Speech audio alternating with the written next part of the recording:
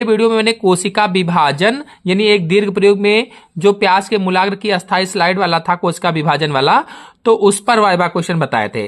अब एक लघु प्रयोग में जो पराग कण के अंकुरण वाला था यानी पराग कणों पर आपको वाइवा क्वेश्चन बताएंगे। तो चलिए पराग कण पर कौन कौन से वाइवा क्वेश्चन बनते हैं आपको बता देते हैं। तो एक लघु प्रयोग जो आपने लिखा था उस पर वाइवा क्वेश्चन कौन कौन से बन सकते हैं, यानी पराग कण या पॉलन ग्रेन पर वाइवा। तो पहला क्वेश्चन आपसे पूछा जा सकता है कि पैलिनोलॉजी क्या है, पैलिनोलॉजी किसे कहते हैं। तो उत्तर आप बता सकते हैं कि पराग कण का अध्ययन पैलिनोलॉजी कहलाता है। जो पराग कणों का अध्ययन होता है, स्टडी होती है पॉलन ग्रेन की, उसे ही पैलिनोलॉजी कहा जाता है। आपसे प्रश्न एग्जामिनर पूछ सकता है कि पराग कण क्या हैं, पॉलन ग्रेन क्या होते हैं। तो जो पराग कण हैं ये पुष्प के नर युग्मक होते हैं, नर युग्मक मेल गैमीट्स होते हैं, मेल गैमीट्स। अथवा आप बता सकते हो कि पराग कण प्रथम नर युग्मकोद्भिद कोशिका होती है, प्रथम नर युग्मकोद्भिद कोशिका, इस तरह से भी आप बता सकते हैं। फिर आपसे प्रश्न पूछ सकता है कि पराग कण की पराग नाल में कितने युग्मक होते हैं। तो देखिए यहां पर एक पराग कण को अंकुरित अवस्था में दिखाया गया है। अब इसमें देखिए जो युग्मक होंगे, एक तो एक वर्धी केंद्रक होगा और एक जनन केंद्रक होता है। यही जनन केंद्रक दो नर युग्मक बन जाते हैं, इसी के दो नर युग्मकों में बट जाता है। तो आप बताएंगे पराग नाल में दो नर युग्मक होते हैं या दो युग्मक होते हैं। फिर अगले क्वेश्चन पर आते हैं। अगला क्वेश्चन आपसे पूछा जा सकता है कि पराग कणों के अंकुरण में कौन सा पदार्थ सहायक होता है। तो आप बताइएगा शर्करा युक्त पदार्थ। भाई ये जैसे एक पुष्प था, ये एक पुष्प था और ये पुष्प का वर्तिकाग्र था, वर्तिकाग्र पर चिपचिपा पदार्थ था, परागकण आया गिरा तो उसने जल को वहां से अवशोषित किया और उसमें विशेष क्रियाएं हुई जिससे वो फूल करके अंकुरित हुआ इस तरह से।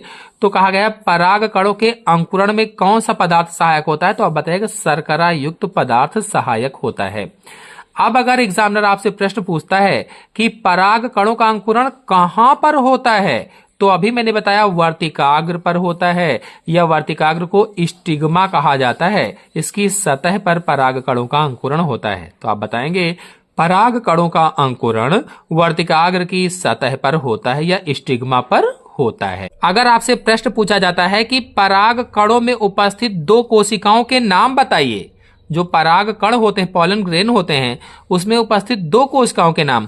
तो एक तो मैंने भी बताया था वर्धी कोशिका होती है आगे की ओर, जो पराग नलिका को आगे बढ़ाती जाती है, और दूसरी जनन कोशिका होती है।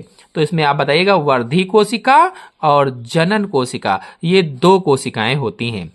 फिर अगर आपसे प्रश्न पूछा जाता है कि पराग कण का भीतरी स्तर अंतःचोल किस रसायन का बना होता है।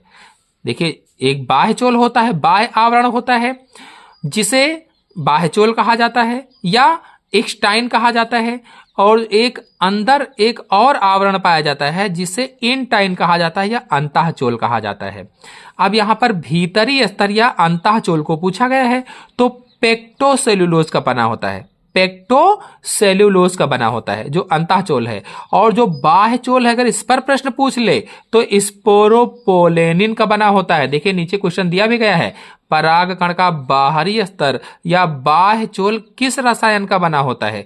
तो आप बताइए स्पोरोपोलेनिन का बना होता है। देखिए यहां पर वही आंसर दिया गया है, स्पोरोपोलेनिन। अगले क्वेश्चन पर आते हैं। अगला क्वेश्चन है पौधों में परागकण कैसे बनते हैं। अगर ये प्रश्न पूछ ले तो बताइए पौधों में परागकण पुंकेसर में अर्धसूत्री विभाजन द्वारा बनते हैं। अगर आपसे प्रश्न पूछा जाए परागकण का एक महत्वपूर्ण कार्य बताइए, तो परागकण का एक महत्वपूर्ण कार्य नर युग्मकोद्भिद बनाना है, नर युग्मकोद्भिद का निर्माण करना है।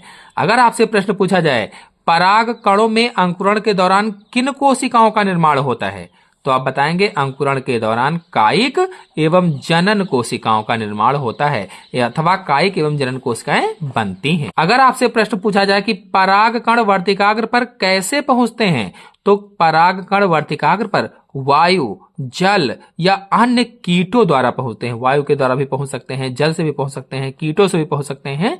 तो कई सारे माध्यम है, फैक्टर हैं जिनके द्वारा पहुंचते हैं। फिर प्रश्न पूछा जा सकता है कि पराग कण की जनन कोशिकाओं में कितने नर युग्मक होते हैं, तो 2 नर युग्मक होते हैं। अभी ये प्रश्न आया भी था। अगर आपसे प्रश्न पूछा जाता है वृद्धिशील परागकण अंकुरण के दौरान अपना पोषण कहां से प्राप्त करते हैं, तो आप बताइए अंकुरण के दौरान पुष्प के वर्तिकाग्र एवं वर्तिका की कोशिका से पोषण प्राप्त करते हैं। अगर आपसे प्रश्न पूछा जाए कि परागकणों के अंतःचोल किस रचना में परिवर्तित हो जाती है, तो अंतःचोल पराग नली में बदल जाती है। अगर प्रश्न पूछा जाए पराग नलिका वर्तिकाग्र से होते हुए कहां तक पहुंचती है, तो आप बताइए पराग नलिका वर्तिकाग्र से होते हुए बीजांड या ओव्यूल तक पहुंचती है। और अंतिम क्वेश्चन है कायी कोशिका का परागण में क्या कार्य है, तो आप बताइए कायी कोशिका का परागण में पराग नली का निर्माण करना यही कार्य होता है। तो आशा है परागकण पर सभी क्वेश्चन आपको अच्छी तरीके से समझ में आ गए होंगे। आ गए हो तो वीडियो को लाइक कीजिए, अपने सभी दोस्तों में शेयर कीजिए। चैनल पहले आ रहे हैं चैनल को सब्सक्राइब भी कर लीजिए। धन्यवाद।